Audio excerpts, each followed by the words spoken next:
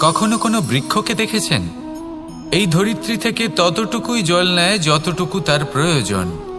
কোনো প্রাণীকে দেখুন, এই প্রকৃতি থেকে ততটুকুই খাবার গ্রহণ করবে যতটুকু তার খিদে রয়েছে। খিদে মিটে গেলে আর খাবে না। এবার মনুষ্যকে দেখুন, সে নিজের জীবনে যা কিছু পেয়েছে, বস্তু, ধন, খাবার, শক্তি, প্রয়োজনের থেকে অনেক বেশি লাভ করার চেষ্টা করে থাকে। প্রয়োজনের থেকে বেশি যদি পেয়েও যায় তাহলেও তার কম মনে হয়। এবার এরকম ঠিক কেন হয়? এর পিছনের কারণ কি? কারণ হলো লোভ। লোভের আগুন কিছু এমন হয়, যদি মানুষের মনে একবার প্রজ্বলিত হয় তাহলে শুধু বাড়তেই থাকে। ততক্ষণ বাড়বে যতক্ষণ না আপনি নিজে তাকে বাধা দিচ্ছেন। তবে এই লোভের আগুন নিয়ন্ত্রণ করা সম্ভব। পরিমিতিবোধ, পরিমিতিবোধের চিন্তা। আপনাকে শুধু নিজেকে একটা সরল প্রশ্ন করতে হবে। যখনই মনের মধ্যে কোনো বস্তুর প্রতি, শক্তির প্রতি, ধনের প্রতি, ভোজনের প্রতি লোভ বেড়ে যায়, নিজেকে প্রশ্ন করুন, এটা কি আমার কাছে ততটাই প্রয়োজনীয় যতটা একটা বৃক্ষের কাছে জল, যতটা একটা প্রাণীর কাছে ভোজন? এটা কি ততটাই প্রয়োজনীয়? যদি উত্তর না হয় তাহলে নিজেকে সেখানেই বাধা দিন। সেই ভাবনা সেখানেই ত্যাগ করুন, কারণ সেটাই হলো লোভ। ঠিক এইভাবেই প্রয়োজনীয়তার চিন্তা করে আস্তে আস্তে এই মন নির্লোভ হয়ে উঠবে। আর এই মন প্রসন্ন হয়ে বলবে, রাধা রাধা। সংসারে সকলে উঁচুতে উঠতে চায়, কেউ নত হতে চায় না। সবাই এটা মনে করে যে নত হওয়ার অর্থ হলো তাদের আত্মসম্মান এবং অহংবোধের বিরুদ্ধাচরণ করা। তাদের মনে হয় যে যদি আমরা নত হই, সংসার আমাদের দুর্বল মনে করবে, তাদের শৌর্য এবং তাদের ব্যক্তিত্বের অপমান হবে। কিন্তু এটা কি সত্যি? প্রত্যেকবার নত হওয়ার অর্থ কি সম্মানহানি হওয়া? কখনোই নয়। আপনি নিজের জীবনকেই দেখে নিন। আপনার কোনো অমূল্য জিনিস যদি নিচে পড়ে যায় তাহলে তাকে কিভাবে তোলেন?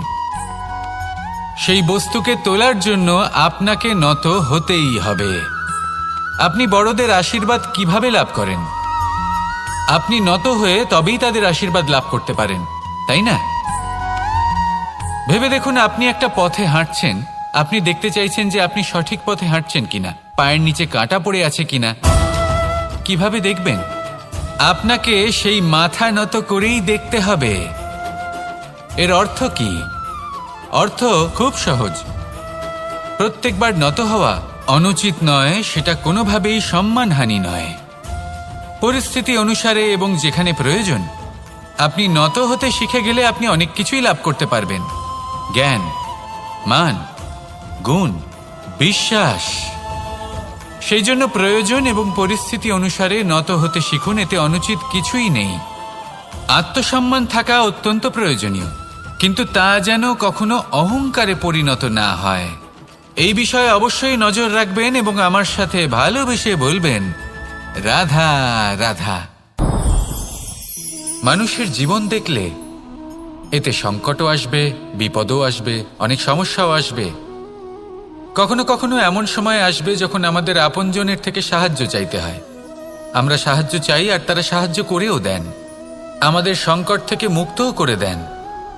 কিন্তু যখন এই সময় বদলে যায়, যখন সুখের সময় আমাদের জীবনে আসে, তখন আমাদের মনে একটা অহংবোধ জেগে ওঠে। মনে হয় উপকার আবার কি? সেই ব্যক্তি সাহায্য করেছিলেন তাতে কি? উনি তো নিজের কর্তব্য পালন করছিলেন। সেই ব্যক্তি আমাদের ধন দিয়েছিলেন যখন প্রয়োজন ছিল, তো আমরা সেই ধন তো ফিরিয়ে দিয়েছি, উপকার কিসের? এই ভাবনা অনুচিত। যদি কোনো ব্যক্তি আপনাকে সাহায্য করে থাকে যখন কেউ করেনি, যখন আপনার সবথেকে বেশি প্রয়োজন ছিল, সেই সাহায্য অমূল্য আর সেটা উপকারী বটে। যদি কেউ উপকার করেন তাহলে বিনম্র চিত্তে ভালোবেসে আজীবন তার উপকারের প্রতি কৃতজ্ঞ থাকুন। কারণ সত্যি কথা বলতে এই সংসারে উপকার করার মতো ব্যক্তি খুব কম রয়েছেন, আর উপকারীর কথা মনে রাখেন এমন কৃতজ্ঞ ব্যক্তি আরও কম। সেই জন্য জীবনে কৃতজ্ঞ থাকুন আর আমার সাথে ভালোবেসে বলুন, রাধা রাধা। জ্ঞান এবং অহংকার, এই দুইয়ের মধ্যে সম্পর্ক কোথায়? সম্পর্ক ঠিক সেরকম যেরকম হাত এবং কাকনের, যেমন চোখ এবং দৃষ্টির সম্পর্ক। এবার আপনি বলবেন, এ আমি কি বলছি? জ্ঞান এবং অহংকারের এমন সম্পর্ক কি করে হতে পারে? দেখুন, যে ব্যক্তি জ্ঞানী, যার কাছে জ্ঞান রয়েছে এবং তিনি জানেন যে তার কাছে জ্ঞান রয়েছে, তার মধ্যে নিজে থেকেই অহংবোধ জাগ্রত হয়। খুব কম সংখ্যক এমন জ্ঞানী ব্যক্তি আছেন যারা নিজেদের অহংকারের বিষয়ে আঁচ করতে পারেন। প্রকৃত জ্ঞানী হলেন তিনি, যিনি নিজের জ্ঞানের সদ্ব্যবহার করে অহংকারকে দূর করেন।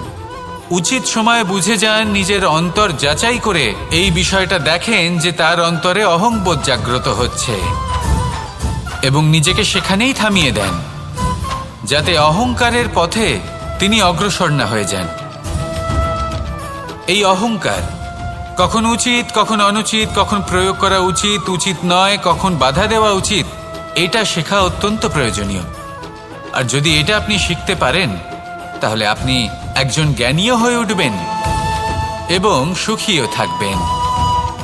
তাই মনে রাখবেন, এই জ্ঞান নিয়ে কখনোই অহংকার করবেন না, বরং সবসময় নিজের অহংবোধের বিষয়ে প্রকৃত ধারণা রাখবেন। আসুন আমার সাথে ভালোবেসে বলুন, রাধা রাধা। আপনি অবশ্যই কোনো গাছ দেখে থাকবেন যেখানে অনেক ফল রয়েছে। সেই গাছের ডালগুলি নিজে থেকেই নত হয়ে যায়। কেন? যাতে মানুষ, প্রাণী, এরা সকলে যাতে সেই ফল খুব সহজে গ্রহণ করতে পারেন। এটাই হলো প্রকৃতির শিক্ষা, এটাই হলো প্রকৃতির নিয়ম। মানুষেরও কিছুটা এরকমই হওয়া উচিত। যদি আপনি সাফল্যের চরম সীমায় পৌঁছে যান, অনেক বেশি ধন অর্জন করে ফেলেন, তখন মনে রাখবেন যে আপনি যেন অহংকারী না হয়ে পড়েন। বিনম্র থাকতে হবে। সেই ধনকে ব্যবহার করতে হবে উচিত কাজের জন্য। সেই ধনের দ্বারা সমাজের মঙ্গল করা উচিত। সকল মানুষকে সাহায্য করা উচিত যাদের ধনের অভাব আছে। যদি ধনী হওয়া সত্ত্বেও আপনি ধনের সদ্ব্যবহার এই সমাজের মঙ্গলের জন্য, তার ভালোর জন্য না করেন, যদি আপনি ধন দান না করেন, তাহলে এই ধন অহংকার রূপী বিষে পরিণত হয়ে আপনাকেই নাশ করবে। তাই ফলে ভরা গাছের মতো নত হয়ে থাকুন, বিনম্র হয়ে থাকুন, দান করুন আর আমার সাথে ভালোবেসে বলুন, রাধা রাধা। যদি আমি স্থির করি, যদি নিশ্চিত করি একটা মূর্তি গড়ে তুলব, আর কিছুক্ষণ সেই কাজটা করে আবার কিছুক্ষণ পরে বন্ধ করে দিই, আবার কিছুক্ষণের জন্য কাজটা করে আবার সেই কাজ বন্ধ করে দিই, আবার কিছুক্ষণের জন্য কাজটা করে বলি ক্লান্ত লাগছে, কিছুক্ষণের জন্য বিশ্রাম নিয়ে নিই, যদি এইভাবে আমি কাজটা করি, তাহলে কি এই কাজ উচিত সময় এবং উচিতভাবে সম্পন্ন হবে? কখনোই নয়। শুধু তাই নয়, যে কোনো কাজ যদি পূর্ণ করতে হয়, উচিতভাবে করতে হয়, উচিত সময়ের মধ্যে করতে হয়, তাহলে প্রয়োজন সততার এবং অখণ্ড প্রচেষ্টার। সততা ছাড়া আপনি যে কাজই করুন না কেন, উচিত সময় তা সম্পূর্ণ হবে না, আর মনোবাঞ্ছিত ফল আপনি কখনোই পাবেন না। তাই যে কাজই আরম্ভ করুন না কেন, সততার সাথে এবং অখণ্ড প্রচেষ্টার সাথে করুন। তখনই কর্ম এবং তখনই এই জীবন সফল হবে এবং এই মন প্রসন্ন হয়ে বলবে, রাধা রাধা। বিন্দু বিন্দু জলেই সাগর নির্মাণ হয়। এবার এই কথা আমরা সকলে জানি। আপনি কি এই কথাটা জানেন যে ছোট ছোট সুখের দ্বারাই বড় সুখ লাভ করা যায়? একজন বাবাকে দেখুন, সন্তানের জন্ম থেকে তার যুবক হওয়া পর্যন্ত তার সাথে ছোট ছোট সুখ যাপন করেন। এই ছোট ছোট সুখগুলি তাদের প্রেমের সম্পর্কে গভীরতা নিয়ে আসে এবং প্রেমের এই গভীরতা তাদের জীবনে বড় সুখ নিয়ে আসে। এটা ঠিক সেই রকম যেরকম বিশাল এক সমুদ্রে, গভীর এক সমুদ্রে অমূল্য রত্ন খুঁজে পাওয়া যায়। এটাও ঠিক সেই রকমই। সেই জন্য জীবনে বড় বড় সুখের খোঁজ করতে গিয়ে সময় নষ্ট করবেন না। এই যে ছোট ছোট সুখ আছে, এগুলোকে যাপন করা শুরু করুন, এগুলোর আনন্দ লাভ করুন, এগুলো নিয়ে উৎসব পালন করুন। প্রেমের গভীরতা বুঝুন আর এই গভীর প্রেমে মন নিমজ্জিত করুন। তারপরে দেখুন এই মন আর এই জীবন সুপ্রসন্ন হয়ে বলবে, রাধা রাধা। কথায় আছে, অন্ধকারে প্রদীপ প্রজ্বলিত করলে চতুর্দিক আলোকিত হয়। কিন্তু যদি এই প্রদীপ আমি সূর্যের আলোর সম্মুখে সকালবেলায় প্রজ্বলিত করে রেখে দিই, তাহলে কি হবে? আপনি বলবেন যে এটা করে তো কোনো লাভই হলো না। সূর্যের প্রকাশের সামনে এই প্রদীপ আসলে কিছুই নয়। এবার এই চিন্তা ভাবনা প্রত্যেক দিন করতে হবে, আর একটা অমূল্য শিক্ষা পেতে হবে। মনে করুন যে আপনি মহাপুরুষের সামনে বসে আছেন, কোনো মহাজ্ঞানীর সামনে। তাহলে সেই ব্যক্তির সামনে নিজের জ্ঞানের প্রদীপ প্রজ্বলিত করবেন না, নীরব থাকুন আর সেই ব্যক্তির সূর্যের প্রকাশের মতো জ্ঞান প্রাপ্ত করুন।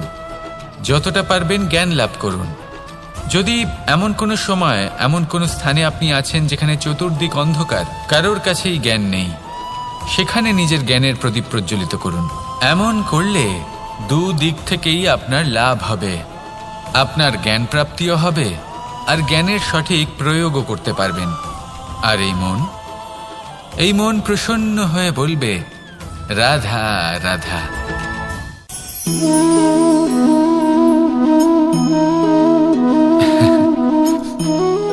ঘুমের মধ্যে আমরা বিভিন্ন ধরনের স্বপ্ন দেখি, কিছু সুখের, কিছু দুঃখের, কিছু অত্যন্ত ভয়ানক। কিন্তু সত্যি কথা বলতে এর উপর আমাদের কোনো নিয়ন্ত্রণ নেই। কিন্তু আমি এমনও কিছু ব্যক্তিকে দেখেছি যারা খোলা চোখে স্বপ্ন দেখেন এবং তা যাপন করেন। নিজেদের একটা আলাদা স্বপ্নের নগরী আছে ওনাদের, সেখানেই জীবন যাপন করেন। আসল বাস্তবটা কি তাতে ওনাদের কিছুই যায় আসে না। এমন কিছু মানুষ আছেন যাদের কাছে বিন্দুমাত্র জ্ঞান নেই, সে না হয় ঠিক আছে, কিন্তু জ্ঞান এমনভাবে প্রদান করবেন যে মনে হবে সংসারের সমস্ত জ্ঞান তাদের কাছেই রয়েছে। এমন কিছু মানুষ আছেন যারা ভালোবাসতে জানেন না, আর তাও আমি মেনে নিলাম। কিন্তু কথা এমনভাবে বলবেন তাতে মনে হবে যেন প্রেমের বিষয়ে সবকিছু শুধুমাত্র ইনিই জানেন। এবার আমি এমন কথা অবশ্যই বলছি না যে আপনি এরকম করেন, কিন্তু যদি কোনো ব্যক্তি এরকম করেন তাহলে তার এটা মাথায় রাখা উচিত যে সেই ব্যক্তি অন্য কারোর সাথে নয়, নিজের সাথে অনুচিত করছেন। কারণ এমন কাজ করে উনি নিজের দোষ, নিজের অপগুণ সংসারের কাছে নয়, নিজের কাছে লুকোচ্ছেন। আপনি যদি নিজেকে বুঝতে না পারেন, সম্পূর্ণরূপে নিজেকে আকলন না করেন, নিজের অপগুণ, নিজের দোষ পূর্ণরূপে না বুঝতে পারেন, তাহলে এটা কি করে বুঝবেন যে নিজেকে কিভাবে শুধরে নিতে হবে? আপনাকে নিজের সত্য স্বীকার করতেই হবে, তারপরেই আপনি নিজেকে পরিবর্তন করতে পারবেন। তাহলে স্বপ্নে নয়, বাস্তবে বাঁচুন, আনন্দে বাঁচুন, আর আমার সাথে ভালোবেসে বলুন, রাধা রাধা। আমি রথে যাত্রা করি, তাতে বারবার পথে থামি আর দেখি যে আমি অনুচিত দিকে যাচ্ছি না তো, আমি উচিত পথেই যাচ্ছি তো। কারণটা কি? কারণ হলো যাতে আমি পথভ্রষ্ট না হয়ে যাই। জীবনযাত্রাতেও এটাই প্রয়োজন। জীবনযাত্রায় ভোগবিলাসের পথে হারিয়ে যাওয়া খুব সহজ। বারবার থেমে আপনাকে দেখতে হবে, নিজেকে কিছু প্রশ্ন করতে হবে। আমি কি আজ সেই কর্মই করছি যেটা আমি করতে চেয়েছিলাম? আমি কি আজ সেই জীবন যাপন করছি যেমন আমি যাপন করতে চেয়েছিলাম? যদি এই প্রশ্নগুলোর উত্তর হ্যাঁ হয় তাহলে এগোতে থাকুন, নয়তো থেমে যান এবং বিচরণ করুন। মনে রাখবেন, এই সংসার অত্যন্ত জটিল আর এতে হারিয়ে যাওয়া অত্যন্ত সরল। সেই জন্য নিজে থেকে বারবার থামা এবং জীবন চিন্তন করা অত্যন্ত আবশ্যক। তাহলে সেটাই করুন আর আমার সাথে ভালোবেসে বলুন, রাধা রাধা। এই সংসারে জয়লাভ করার জন্য, সাফল্য লাভের জন্য শক্তি, ধৈর্য, সাহস, মিত্রদের সঙ্গ, এই সব ছাড়া আর কি আছে যা অত্যন্ত প্রয়োজনীয়? বিশ্বাস। সত্যি কথা বলতে এই বিশ্বাস অত্যন্ত অমূল্য, কিন্তু এটা দুদিক খোলা তলোয়ারের মতো। এটা আপনাকে বলশালীও করে তুলতে পারে, শক্তিশালীও করে তুলতে পারে, আবার দুর্বলও করে তুলতে পারে। কিভাবে? যদি আপনি শুধুমাত্র অন্যের উপরে বিশ্বাস করেন যে ওনারা সবাই আমাকে সামলে নেবেন, আপনার বিশ্বাস শুধুমাত্র অন্যের ওপর, আর সেই বিশ্বাসের ভিত্তিতে আপনি কর্ম করেন, তাহলে আপনি দুর্বলই হয়ে উঠবেন। কিন্তু এই বিশ্বাস যদি আপনি নিজের ওপর রাখেন যে যাই হয়ে যাক না কেন, আমি নিজেকে ঠিক সামলে নেব, আমি আমার পথ বানিয়ে নেব, সব বিপদের সম্মুখীন আমি নিজে হব এবং জীবনে সামনে এগোতে থাকব, তাহলে এই বিশ্বাস আপনাকে বলশালী করবে। এবার সিদ্ধান্ত আপনার যে আপনি কি চান। এই বিশ্বাস আপনাকে বলশালী করবে নাকি দুর্বল? ভেবে দেখুন আর আমার সাথে ভালোবেসে বলুন, রাধা রাধা। এই সংসারে সব থেকে বেশি কঠোর এবং বলশালী ধাতু হলো লৌহ, অর্থাৎ লোহা। হয়তো সেই জন্যই সকল অস্ত্র, সকল শস্ত্র, সকল বাহন যখনই এদের নির্মাণ হয় তখন সব থেকে বেশি ব্যবহার এই লোহাকে করা হয়। এবার এই লোহার একটা বিশেষ গুণ রয়েছে, সেটা এটাই যে লোহাকে আপনি অন্য কোনো ধাতু দিয়ে কাটতে পারবেন না। লোহা দ্বারাই লোহাকে কাটা সম্ভব। এবার এটা কিভাবে সম্ভব? যে লোহাকে কাটতে হবে তাকে গরম করা হয়, যে লোহা দ্বারা কাটতে হবে সেটাকে ঠান্ডা রাখতে হয়, অর্থাৎ ঠান্ডা লোহা দ্বারা গরম লোহা কাটা হয়। এবার এই যুক্তি, তার প্রয়োগ আমাদের জীবনেও করা যেতে পারে। যদি আপনার কাছে শক্তি থাকে, যদি আপনি বুদ্ধিমান হন, আর যদি আপনার মন স্থির হয়, শান্ত হয়, তাহলে এই সংসারকে আপনি বদলাতে পারবেন। কিন্তু যদি আপনি শক্তিশালী হন, বুদ্ধিমান হন, কিন্তু আপনার মন অস্থির হয়, আপনার মন স্থির না থাকে, কোথায় কোথায় আপনি রেগে যান, তাহলে আপনি কখনোই সংসার বদলাতে পারবেন না। যদি পরিস্থিতিকে নিজের মতো গড়ে নিতে হয়, তাহলে ধৈর্য, সংযম এবং স্থিরতার শীতলতাকে আপন করে নিতে হবে। আসুন আমার সাথে ভালোবেসে বলুন, রাধা রাধা। সঙ্গীত হলো আমার অত্যন্ত প্রিয়। আমার বাঁশির সুর আমার মনের শান্তি এবং ভালোবাসার প্রতীক। সেই জন্য যে ব্যক্তি আমার বাঁশির সুর শোনেন, তিনিও সেই শান্তি এবং ভালোবাসা অনুভব করতে পারেন। শুধু এটাই তো শিখতে হবে। আমরা জীবনে যখনই কোনো কর্ম করি, তখন মনের মধ্যে ইতিবাচক বোধ থাকা উচিত, মনে ভালোবাসা থাকা উচিত। এটা হলো অত্যন্ত গুরুত্বপূর্ণ। যদি আপনার মনের ভেতরে ঘৃণা, বিদ্বেষ, ক্রোধ, ঈর্ষা এইসব বোধ থাকে এবং আপনি কোনো কর্ম করেন, তাহলে আপনি এই আবেগগুলোই সংসারে ছড়িয়ে দেবেন। আপনার আশেপাশের মানুষজন এই বোধ অনুভব করবেন, এগুলোই অনুসরণ করবেন, আর এই সব আবেগই আপনি আশেপাশে দেখতে পাবেন। তার বদলে যদি মনের মধ্যে ভালোবাসা থাকে, ইতিবাচক বোধ থাকে, সত্যের প্রতি শ্রদ্ধা এবং করুণা থাকে, তাহলে এই সকল আবেগ আপনি সংসারের মধ্যে ছড়িয়ে দেবেন, আর সেটাও মানুষ অনুভব করবেন এবং এগুলো অনুসরণ করবেন। আপনার আশেপাশে আপনি কোন আবেগ দেখতে চান, সেই নির্বাচন আপনারই। আপাতত আসুন আর আমার সাথে ভালোবেসে বলুন, রাধা রাধা। আমরা সবাই এই সংসারে সূর্যের মতো হয়ে উঠতে চাই, সূর্যের মতো তেজস্বী, প্রকাশময়, যশস্বী। সূর্যের মধ্যে এতটাই তেজ থাকে যে সবাই তার সামনে নত হয়ে থাকে। সেই কারণেই সূর্যকে যশদানের গ্রহ বলা হয়।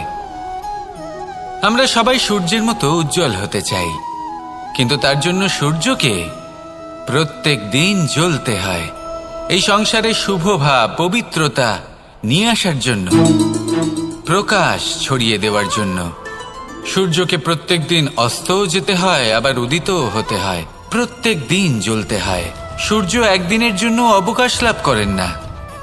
আর যদি অবকাশ পেতেন তাহলে সূর্যকে আর সূর্য বলা হতো না, তাই না?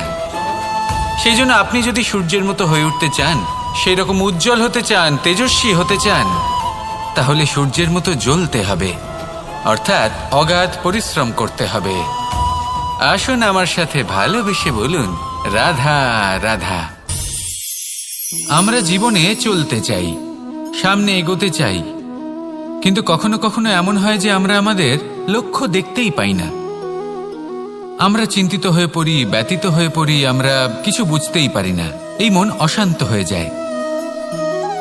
কিন্তু যদি আপনি থেমে যান, তাহলে নিজের পথ এবং নিজের লক্ষ্য থেকে সরে যাবেন। সেই জন্য চলতে থাকুন, থামবেন না। যতদূর পারবেন চলতে থাকুন, যতদূর দৃষ্টি যাচ্ছে চলতে থাকুন। তারপরেই দেখবেন পরবর্তী পথ আপনা থেকেই আপনার সামনে আসবে। কারণ আপনার দৃষ্টির সীমা থাকতেই পারে, দৃষ্টিভঙ্গির সীমা নেই। আপনার পথের সীমারেখা থাকতেই পারে, কিন্তু সেই পথে চলার সাহসের সীমা নেই। সেই জন্য নিজেকে অসীমিত করে তুলুন। এই সীমারেখা আপনা থেকেই দূর হয়ে যাবে, লক্ষ্য নিজে থেকেই দেখতে পাবেন, আর এই মন সুপ্রসন্ন হয়ে বলবে, রাধা রাধা। এই সংসারে নির্মাণের বিষয়ে জ্ঞান লাভ করার পূর্বে ধ্বংসের বিজ্ঞান বুঝে নেওয়াও খুব প্রয়োজনীয়। যখনই আমরা ব্যায়াম করি তখন কি হয়? আমাদের পুরনো মাংসপেশি নষ্ট হয়ে যায় এবং সেই মাংসপেশির স্থানে আমরা নতুন মাংসপেশির নির্মাণ করে থাকি। যেমন একটা নতুন ইমারত গড়ে তোলবার পূর্বে পুরাতন ইমারতকে ভঙ্গ করে দিতে হয়, তবেই তো সেই স্থান সজীব হবে, ঠিক কিনা? এবারে জ্ঞান এবং বিজ্ঞান ছাড়াও এমন কিছু আছে যা কিনা অত্যন্ত গুরুত্বপূর্ণ, তা হলো সীমা পার করে যাওয়া। এই যে সীমা, এই যে নিয়ম, তা মানুষের জন্যই বানানো, তাকে নিয়ন্ত্রণ করার জন্য তৈরি করা হয়েছে। এমন অনেক সীমা, এমন অনেক নিয়ম মানুষের জন্য অত্যন্ত মঙ্গলকারী। কিন্তু কিছু এমন সীমা আছে, কিছু এমন নিয়ম আছে যা মানুষের লঙ্ঘন করে যাওয়া অতি আবশ্যক। যতক্ষণ না এই সীমা লঙ্ঘন করছেন, নিজের নতুন অস্তিত্বকে খুঁজেই পাবেন না, সেই স্থানে পৌঁছতেই পারবেন না যেখানে সংসার তাকে চিরস্মরণীয় করে রাখবে। সেই জন্য জীবনে যাই করবেন, সীমা অতিক্রম করে যান। যদি পরিশ্রম করেন তাহলে সীমা অতিক্রম করে পরিশ্রম করুন। যদি লক্ষ্যের দিকে অগ্রসর হন তাহলে সীমা অতিক্রম করে অগ্রসর হন। কোনো সীমারেখা যাতে না থাকে, সেই সর্বোচ্চ স্থান দেখুন এবং অগ্রসর হন। এই সংসারে অগ্রসর হওয়ার জন্য এই সীমারেখা বুঝে নেওয়া এবং তা অতিক্রম করার জ্ঞান লাভ করা প্রয়োজনীয়। আসুন আমার সাথে ভালোবেসে বলুন, রাধা রাধা। এই সংসারে যখন সাফল্যের পথে আপনি অগ্রসর হবেন, তখন আপনার পরিশ্রম, একাগ্রতা, সাহসের সাথে সাথে সমাজের মানসিকতাও সহ্য করতে হবে।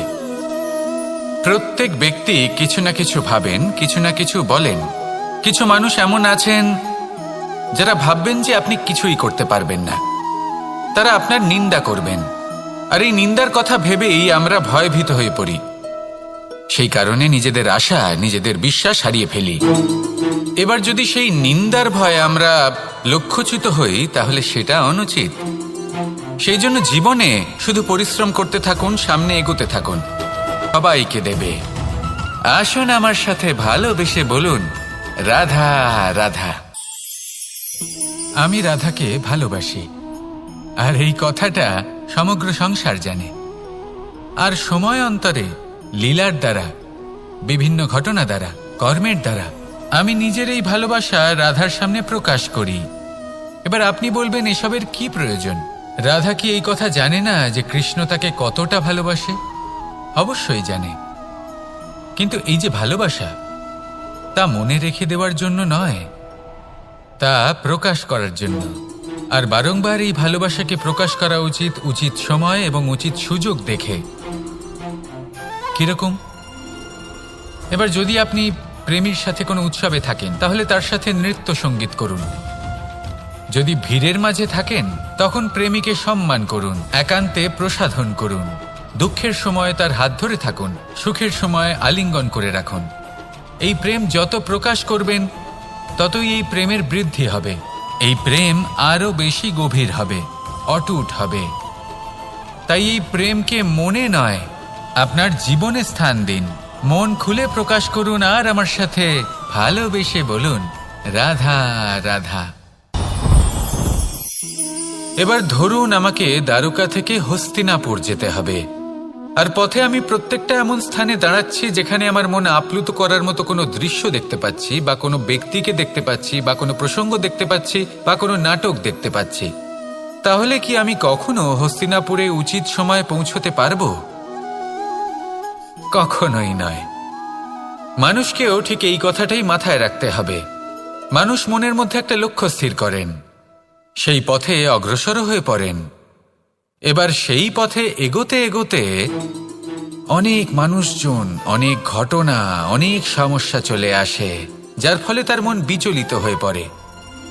যদি মন বিচলিত হয়ে যায় তাহলে লক্ষ্যের প্রতি কিভাবে একাগ্রচিত্ত হবেন? সেই জন্য অত্যন্ত আবশ্যক যে আপনি সময়ের সদ্ব্যবহার করুন সেই পথে চলার জন্য। সেই পথে সামনে এগোতে থাকুন, চোখ থাকবে শুধু লক্ষ্যের দিকে।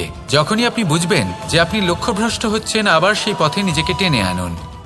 ঠিক এইভাবেই এগোতে থাকুন, সাফল্যের শিখরে গিয়ে পৌঁছন, আর সেখানে গিয়ে আনন্দের সাথে উচ্চ স্বরে বলুন, রাধা রাধা। এগুলো হলো নিম পাতা। যদি এগুলো চেখে দেখেন তাহলে মুখ বিকৃত হবে। এগুলো কি তেঁতো খেতে, হে নারায়ণ! এর থেকে বেশি তিক্ত সংসারে আর কিছুই হতে পারে না।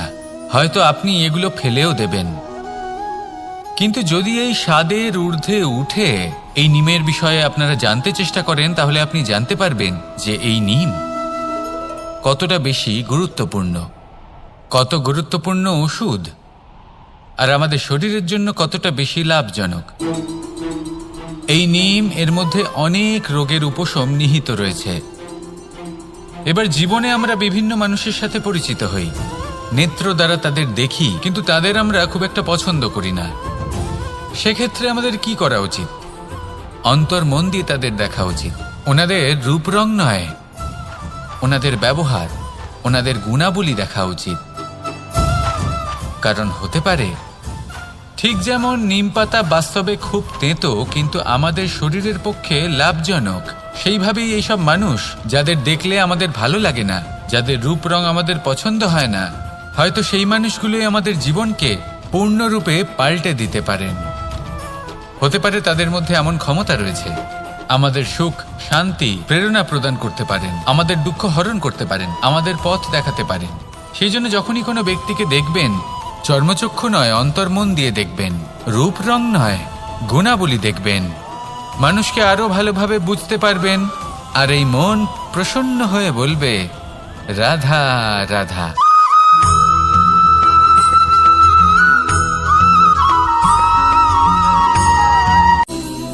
পরিস্থিতি।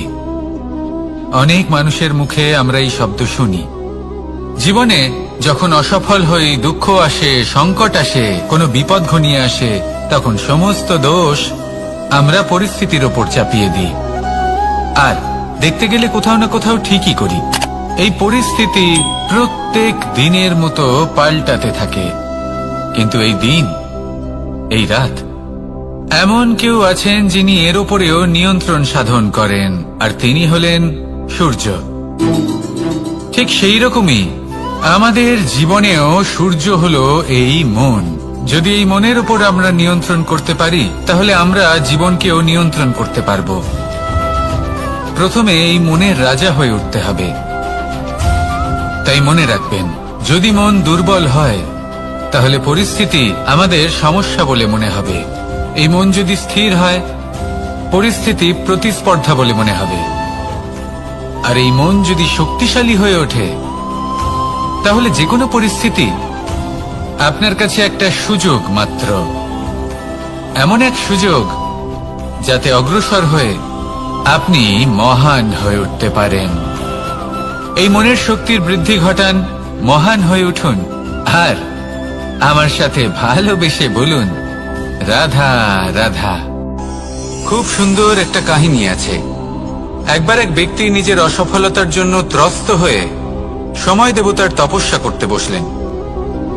উনি তপস্যা করলেন এবং সময় দেবতা প্রসন্ন হলেন, মানুষের রূপ ধারণ করে ওনার সামনে প্রকট হলেন। এবার সেই ব্যক্তি ওনাকে জিজ্ঞেস করলেন যে কি এমন আছে যার জন্য আপনি বারবার জয়ী হন আর আমি চিরকাল পরাজিত হয়ে থাকি? কেন এত পরিশ্রম করা সত্ত্বেও আমি সাফল্য লাভ করতে পারি না?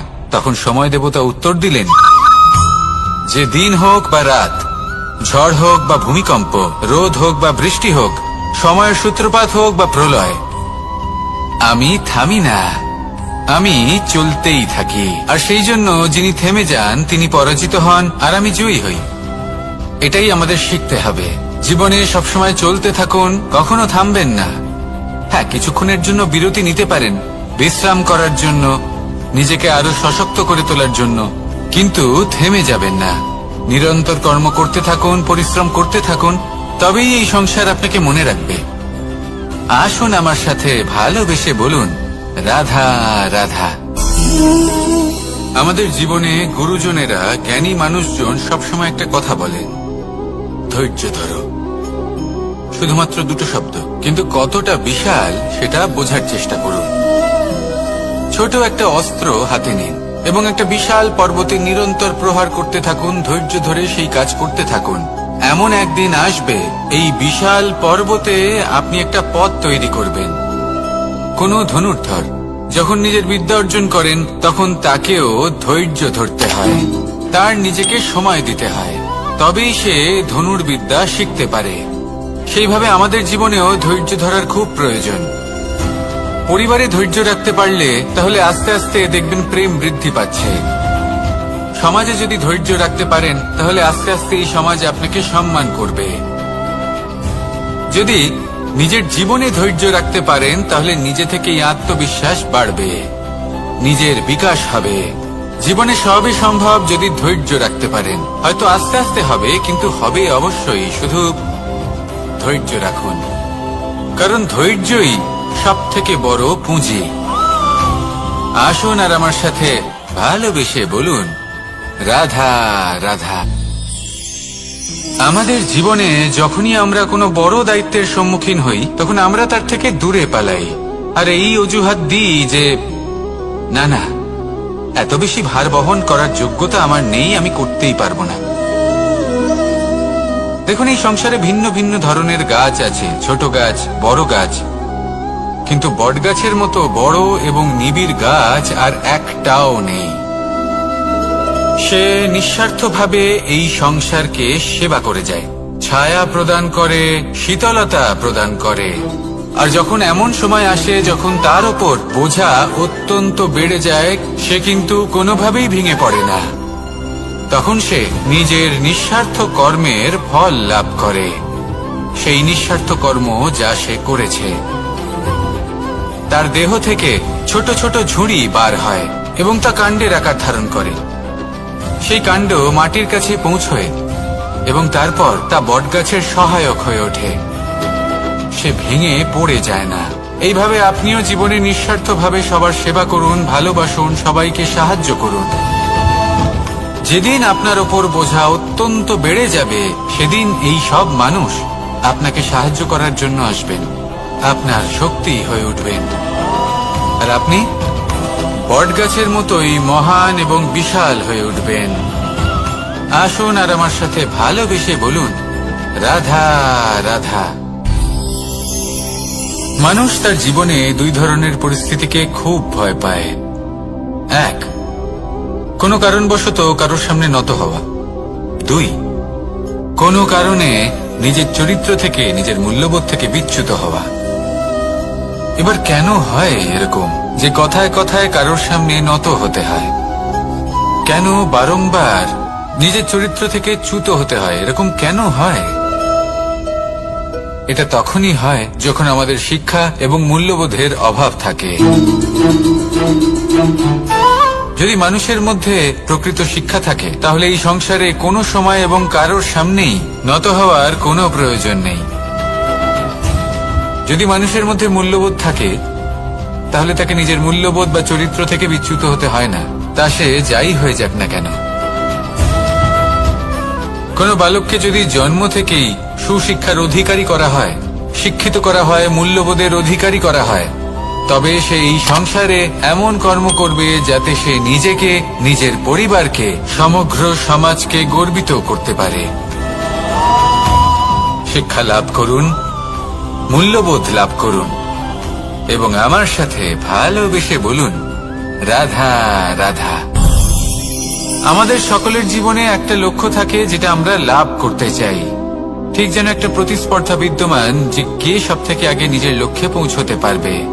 আর সেই জন্য আমরা সকলেই খুব তাড়াতাড়ি এগোতে চেষ্টা করি, বড় এবং দীর্ঘ পদক্ষেপ ফেলি যাতে তাড়াতাড়ি নিজের লক্ষ্যে পৌঁছতে পারি। কিন্তু এক অত্যন্ত গুরুত্বপূর্ণ বিষয় আছে, সবসময় লক্ষ্য সামনে থাকবে না, কখনো কখনো তা খুঁজতে হয়। এই যাত্রা খুব কঠিন হতে পারে, আর ঠিক এই কারণেই সবসময় দ্রুত গতিতে চলা বা তাড়াতাড়ি পথে চলা সেটা আবশ্যক নয়।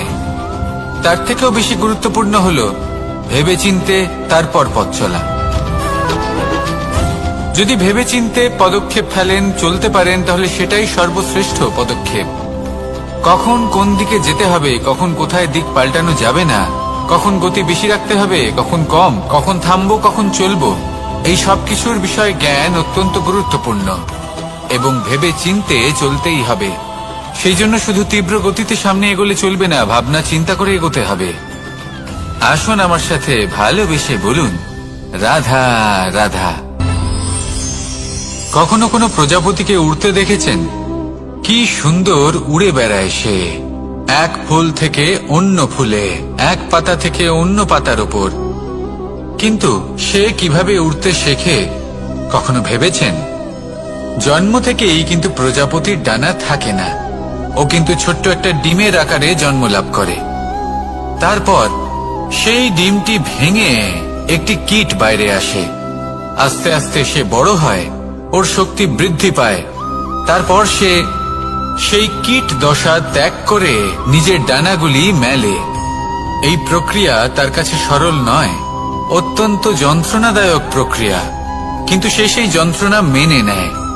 আর তারপর আস্তে আস্তে সে উড়তে শেখে। শুধুমাত্র আকাশে উড়ে বেড়ায় তা নয়, আমাদের মনের মাঝে উড়ে বেড়ায়। এবার এই ডিম থেকে প্রজাপতি হয়ে ওঠার যে যাত্রা, এটা যতটা কঠিন, ততটাই কঠিন হয় এই সংসারে শ্রেষ্ঠ কর্ম করা, ততটাই কঠিন হয় এই সংসারে মহান হয়ে ওঠা। সেই জন্য প্রয়োজনীয় প্রচেষ্টা এবং সময়। নিরন্তর প্রচেষ্টা করতে থাকুন, পর্যাপ্ত সময় নিন এবং আপনি নিজেকে এই আকাশে উড়ন্ত অবস্থায় পাবেন। আসুন আমার সাথে ভালোবেসে বলুন, রাধা রাধা। পায়েস হলো আমার বিশেষ প্রিয়। এর মধুর স্বাদ মনকে প্রফুল্ল করে তোলে। ছোটবেলায় মা আমার জন্য পায়েস বানাতেন এবং আমাকে বলতেন যে গরম থাকতে থাকতে খেয়ে নে কানাই, ঠান্ডা হয়ে গেলে ভালো লাগবে না। কিন্তু আমিও দুষ্টু ছিলাম, ঠান্ডা হওয়া পর্যন্ত অপেক্ষা করতাম, আর ঠান্ডা হয়ে যাওয়ার পরে মার কাছে যেতাম আর ওনাকে বলতাম যে মা, পায়েস তো ঠান্ডা হয়ে গেছে, এটা গরম করে দিন। তখন মা হাসতেন আর বলতেন যে পায়েস না হয় আমি আবার গরম করে দেব কানাই, কিন্তু এর মধুর স্বাদ, সেই মিষ্টত্ব, সেই সুবাস, সেটা আবার ফিরে আসবে না। কথাটা সত্যি,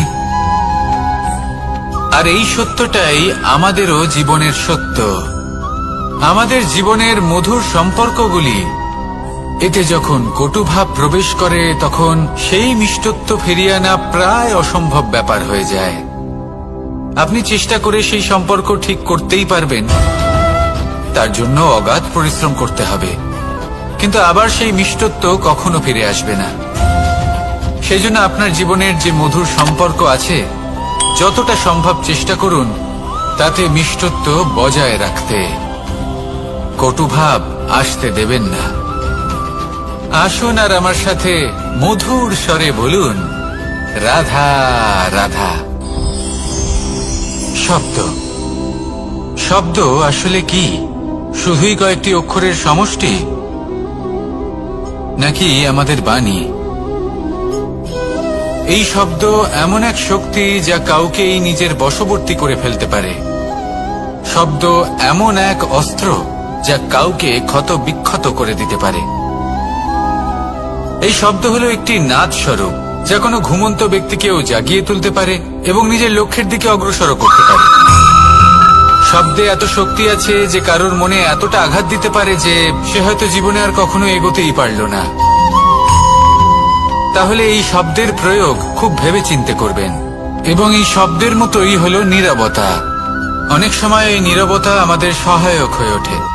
অনেক সময় এটা আমাদের অনুশোচনাকে অনেক বেশি বাড়িয়ে তুলতে পারে। ভীষ্ম পিতামহ, অঙ্গরাজ কর্ণ যখন দ্রৌপদীর বস্ত্রহরণ হচ্ছিল তখন এনারা নীরব ছিলেন। দুর্যোধনের বিরোধিতা করেননি, ওকে বাধা দেননি। আর তারপর কি হলো সেটা আপনারা সকলে জানেন। দেখতে গেলে নীরবতা চুপ করে থাকা, কিন্তু যদি কোনো দুষ্টের সামনে চুপ করে থাকেন, যদি তার বিরোধিতা না করতে পারেন, তাহলে এই নীরবতাই অনেক বড় পাপের আকার ধারণ করে।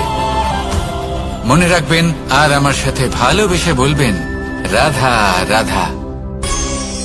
আভূষণ, কার না ভালো লাগে এই আভূষণ? আমরা পরিশ্রম করি, ধন অর্জন করি আর আভূষণ কিনে থাকি, কখনো নিজের জন্য, কখনো বা তাদের জন্য যাকে আমরা ভালোবাসি, বা তাদের জন্য যাকে আমরা সম্মান করি। হয়তো সেই জন্যই সীতা চূড়ামণি ধারণ করেছিলেন এবং আমি সামন্তকমণি। কিন্তু এটাই কি সেই প্রকৃত আভূষণ যা আপনার মূল্য বৃদ্ধি করে? না। শ্রীরামের আভূষণ হলো ওনার নম্র ভদ্র ব্যবহার। মাতা সীতার আভূষণ হলো ওনার সততা, ওনার নিষ্ঠা, ওনার ত্যাগ। অর্জুনের আভূষণ ছিল ওনার একাগ্রতা। রাধার আভূষণ ওনার প্রেম। এই আভূষণ কোথাও নেই, আপনার মনে আছে। যদি আপনার মনে মিষ্টতা থাকে, তা শান্ত হয়, তাতে সততা থাকে, নিষ্ঠা থাকে এবং প্রেম থাকে, তাহলে আপনার অন্য আর কোনো আভূষণের কোনো প্রয়োজন নেই। আপনি যতই ভিড়ের মাঝে থাকুন, আপনার ঔজ্জ্বল্য চোখে পড়বে। আসুন আর আমার সাথে ভালোবেসে বলুন, রাধা রাধা। এই সংসারের সবথেকে বড় সত্যি হলো জন্ম এবং মৃত্যু, কিন্তু আরো বড় একটা সত্য আছে, মিত্র এবং শত্রু, যা আমাদের সকলের জীবনে থাকে। মিত্র সে যে আমাদের সঙ্গ দেয় এবং সংসারের সবথেকে উঁচু শিখরে আমাদের নিয়ে যায়, এবং শত্রু সে যে যে কোনো মুহূর্তে যে কোনো শিখর থেকে আমাদের নিচে ফেলে দিতে পারে। এবার বিচিত্র ব্যাপার হলো এটাই যে আমরা নিজেরাই এদের সাথে নিয়ে চলি, নিজেরাই এদের পালন করি। তা কি করে? প্রথমে বুঝুন এই মিত্র এবং শত্রু কারা। আপনার নিজের মন, আর কেউ নয়। এই মনই হলো মিত্র। যখন তাতে ভারসাম্য বজায় থাকে, তা নিয়ন্ত্রিত থাকে, তা পবিত্র হয়। কিন্তু যদি এই মন অনিয়ন্ত্রিত হয়ে পড়ে, যদি আপনাকে সে নিয়ন্ত্রণ করতে শুরু করে, তখন সেই আপনার সবথেকে বড় শত্রু হয়। সেই জন্য এই মনের ওপর নিয়ন্ত্রণ রাখতে শিখুন, এতে ভারসাম্য বজায় রাখতে শিখুন। তাহলে আপনি এমন এক বন্ধুকে পাবেন যে আপনাকে এই সংসারের শিখরে পৌঁছে দেবে। আসুন আমার সাথে ভালোবেসে বলুন, রাধা রাধা।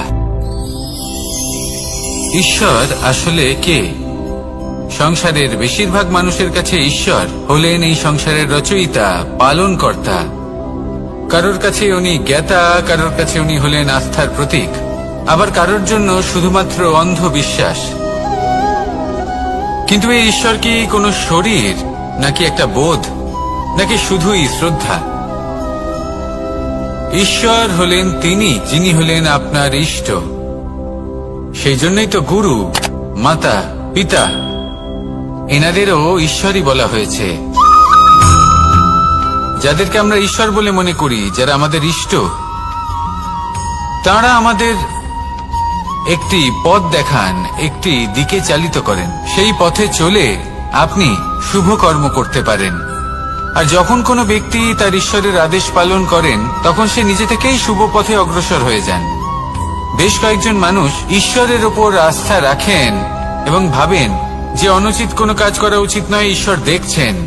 ওনারা ভয় পান যে কোনো অনুচিত কর্ম করলে কে জানে তার পরিণাম কি হবে। এমন অনেক ব্যক্তি রয়েছেন যারা ঈশ্বরকে বিশ্বাস করেন এবং জানেন যে ঈশ্বর তাদেরকে দেখছেন, তাই যে যে শুভ কর্ম ওনারা করেছেন তার ফল তারা অবশ্যই পাবেন। এবার আপনি ভয় পেয়ে ঈশ্বরকে বিশ্বাস করবেন নাকি বিশ্বাসের দ্বারা ঈশ্বরকে বিশ্বাস করবেন, সেই সিদ্ধান্ত আপনারই। কিন্তু হ্যাঁ, যদি আপনার মনে ঈশ্বরের জন্য কোনো স্থান থাকে, যদি আপনার কোনো ইষ্ট থাকেন, যদি আপনি কাউকে ঈশ্বর মনে করেন যার প্রত্যেক আদেশ আপনি পালন করে থাকেন, তাহলে বলি ঈশ্বর কখনো আপনাকে অনুচিত পথে চালিত করবেন না। আসুন আমার সাথে ভালোবেসে বলুন, রাধা রাধা। এই সংসারে ভিন্ন ভিন্ন ধরনের গাছ আছে, অসংখ্য ধরনের প্রজাতি আছে। কিছু গাছ পাতা দিয়ে থাকে, কিছু ফুল, কিছু ফল। কেউ ছায়া প্রদান করে, কেউ শীতলতা প্রদান করে, কেউ নিজেকে খুব কষ্ট দিয়ে এই সংসারের বিকাশে সহায়ক হয়ে ওঠে। কিন্তু এই সবার মধ্যে একটা বিষয় কিন্তু সমান, এরা প্রত্যেকেই পাতা ছাড়া, ফুল ছাড়া, ফল ছাড়া জীবিত থাকতেই পারে, কিন্তু কোনো বৃক্ষই শিকড় ছাড়া বেঁচে থাকতেই পারে না। এটাই হলো রাধা। ঠিক সেইভাবেই আমাদের জীবনে শক্তি হোক, ধন হোক বা সাফল্য হোক, আমাদের বা আমাদের পরিবারের প্রসন্নতাই হোক, এই সবকিছুর আধার হলো, সবকিছুর মূল হলো পরিশ্রম। তাই জীবনে চিরকাল পরিশ্রম করতে থাকুন। যদি আপনি জীবনে মহান হবার পথে অগ্রসর হতে চান, তাহলে পরিশ্রম করুন। এই পরিশ্রম দ্বারাই নিজের পরিবারকে প্রসন্ন করুন, নিজের বন্ধুদের প্রসন্ন করুন, এই সমাজকে গর্বিত করুন। আসুন আমার সাথে ভালোবেসে বলুন, রাধা রাধা। এই সংসারের সব থেকে বড় রোগ কোনটা? কেউ বলবে মানসিক রোগ, কেউ বলবে সেই রোগ যা সর্পদংশনের ফলে হয়ে থাকে। এই সংসারে ভিন্ন ভিন্ন ধরনের রোগ আছে এবং তার সাথে ভিন্ন ভিন্ন ধরনের যন্ত্রণাও রয়েছে। এমন একটা রোগ আছে যা চোখে দেখা যায় না, যা আপনার শরীরে কোনো দাগ রেখে যায় না, কিন্তু আপনার আত্মাকে পর্যন্ত ক্ষত বিক্ষত করে, অসুস্থ করে তোলে, বিনাশ করে দেয় আপনাকে এবং তার সাথে আপনার আত্মাকে। এই অসুখের নাম হল লালসা। লালসা, যে কর্ম সাধন করেছেন তার থেকে বেশি ফল লাভ করার আশা। লালসা, যা আজ আছে তার থেকে অনেক বেশি লাভ করার ইচ্ছে। এই ইচ্ছে এই সংসারে সবার থেকে এগিয়ে থাকার আপনাকে প্রেরণা যোগাবে, কিন্তু তার জন্য আপনাকে অপরাধযোগ্য কাজ করতে উৎসাহিত করবে। আপনার বন্ধু, আপনার আত্মীয়, আপনার পরিবার, এই সবার থেকে আপনি কখন দূরে চলে যাবেন আপনি বুঝতেই পারবেন না। উচিত অনুচিত কোনটা, ধর্ম অধর্ম কোনটা, সব ভুলে যাবেন আপনি। সেজন্য মনে রাখবেন, নিজের জীবনে যদি আপনি লালসার থেকে নিজেকে দূরে রাখতে পারেন, তাহলে এর অর্থ হলো যে আপনি এই সংসারের সব থেকে বড় অসুখের ওপর বিজয় লাভ করেছেন। আসুন আমার সাথে ভালোবেসে বলুন, রাধা রাধা। এই সাগর কত বিশাল আকার, কখনো শান্ত কখনো উত্তাল, কিন্তু এই সাগরকে এত মহান কে করে তুলল? জল। এবার এই জলের যাত্রা দেখুন, সেটা কতটা কঠিন। এই জল সাগরে থাকে, সূর্য ওকে এতটা উত্তপ্ত করে তোলে যে এই জল নিজের অস্তিত্ব হারিয়ে ফেলে এবং বাষ্পে পরিণত হয়ে হাওয়ায় মিলিয়ে যায়। তারপরে আকাশে যায় আর নিজের অস্তিত্ব আবার হারিয়ে ফেলে, মেঘে পরিণত হয়। তারপর এই মেঘ কোথাও গিয়ে কোনো পর্বতে ধাক্কা খায়, তারপর আবার এই জল নিজের অস্তিত্ব হারায়। তারপরে বর্ষার রূপ ধারণ করে তা বর্ষিত হয়, বা কোনো পর্বতের চূড়ায় তার শিখরে বরফের রূপ ধারণ করে। তারপরে এই বর্ষা মাটির দিকে নিজের যাত্রা শুরু করে। এবার মাটিতে ঝরে পড়া এই বর্ষা স্রোতের আকার ধারণ করে এবং আস্তে আস্তে বইতে থাকে। এই নদীর আকার ধারণ করে এবং নদী রূপে বইতে বইতে পাথরে ধাক্কা খায় বা কোনো পর্বতে ধাক্কা খায়, আর তারপর এই নদী এসে সাগরে সমাহিত হয়ে যায়। নদীর এই জল আবারও নিজের অস্তিত্ব হারিয়ে ফেলে, কিন্তু এইবার সেই জল নিজেই সাগরে পরিণত হয়। এটা আমাদের সকলের জন্য একটা শিক্ষা যে এই সংসারে জীবন এবং সময়ের হলো এক অনন্ত যাত্রা। এই সংসারে যা কিছু আছে তার সূত্রপাত কোথাও একটা হবেই। সেই জন্য মৃত্যু এবং সমাপ্তির চিন্তা ত্যাগ করে দিন, আর যে সূত্রপাত আপনি লাভ করছেন তার আনন্দ উপভোগ করুন। ভেবে দেখুন আপনি কিভাবে শ্রেষ্ঠ কর্ম করতে পারেন যাতে এই সংসার এবং এই সমাজ এই দুইয়ের মঙ্গল সম্ভব। আসুন আমার সাথে ভালোবেসে বলুন, রাধা রাধা। মাকড়সার জাল দেখতে পাচ্ছেন? মাকড়সারা ভীষণ পরিশ্রম করে এটা তৈরি করে। নিজের শরীরের রস দিয়ে এই জাল বোনে। আপনি কি এটার উদ্দেশ্য জানেন? আসলে মাকড়সা এই জালে ছোট কীটপতঙ্গ ধরে তাদেরকে খাদ্যরূপে গ্রহণ করে। কিন্তু আপনি কি এই কথা জানেন যে একদিন মাকড়সা নিজেই নিজের জালে জড়িয়ে মৃত্যুবরণ করে থাকে? বলুন, কি করেন আপনি এই জাল দেখতে পেলে? দেখতে পেলেই মুছে ফেলেন এর অস্তিত্ব, তাই না? তেমনি অন্যদিকে পাখির বাসা। পাখিরাও ভীষণ পরিশ্রম করে এটা তৈরি করে। কিন্তু যদি পাখি একদিন এটা ছেড়ে চলে যায়, তাহলেও লোকে এটা নষ্ট করে দেয় না। কারণটা কি? এর কারণ হলো এর নির্মাণ জীবন সঞ্চারের জন্য করা হয়েছিল, নষ্ট করার জন্য নয়। তাই মনে রাখবেন, জীবনে আপনার পরিশ্রম যতই বেশি হোক না কেন, যদি আপনার লক্ষ্য শুভ না হয়, তাহলে আপনারও বিনাশ নিশ্চিত। তাই সৃজন করতেই থাকুন, আর মুগ্ধ হয়ে বলুন, রাধা রাধা।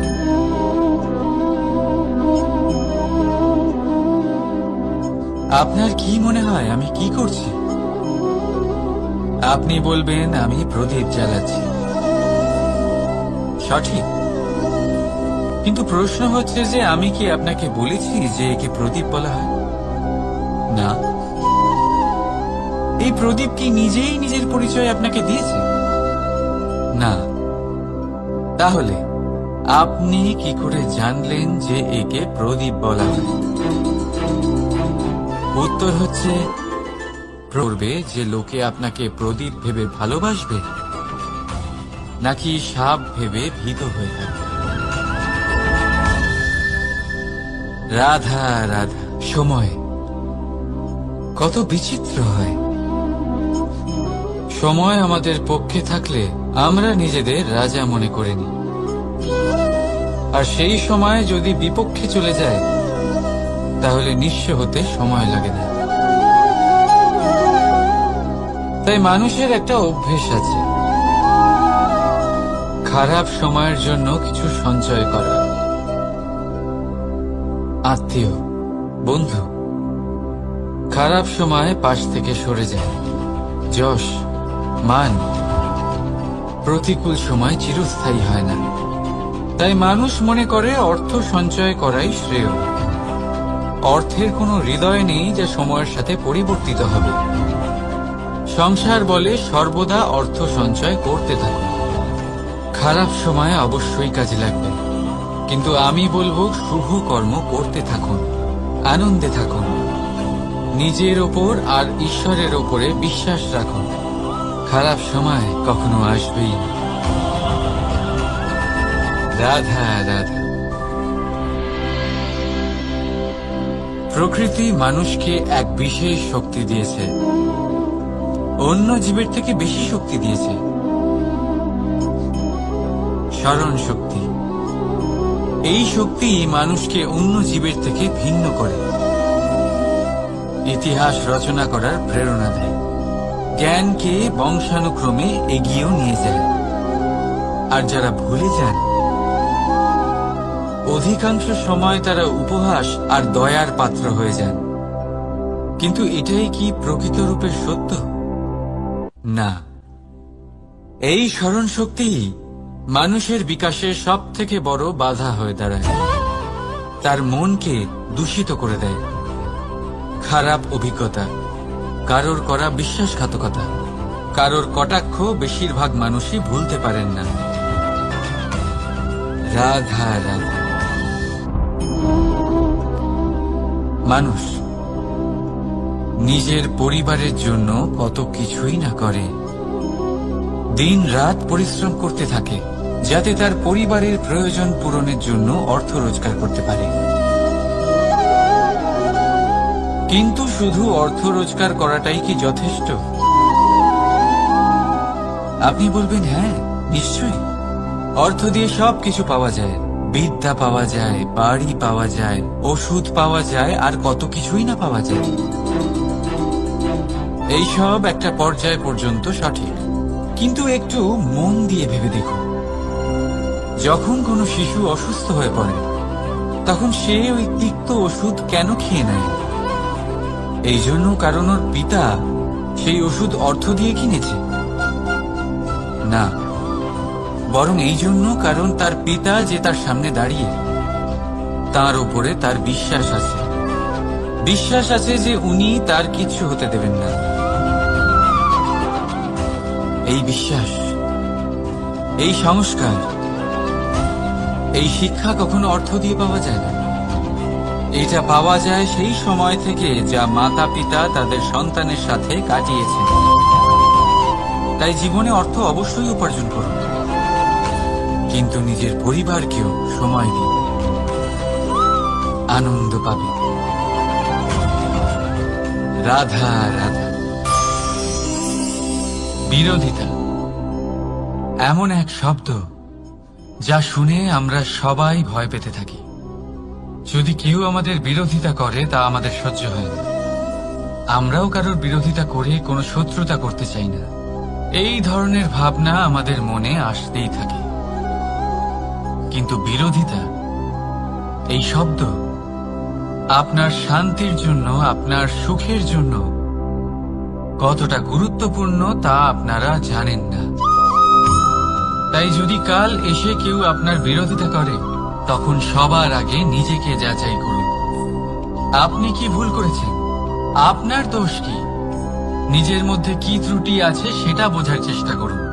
নিজেকে সংশোধন করার চেষ্টা করুন, তারপর দেখুন বিরোধিতার এই আগুন আপনাকে স্বর্ণ থেকে কুন্দন বানিয়ে তুলবে।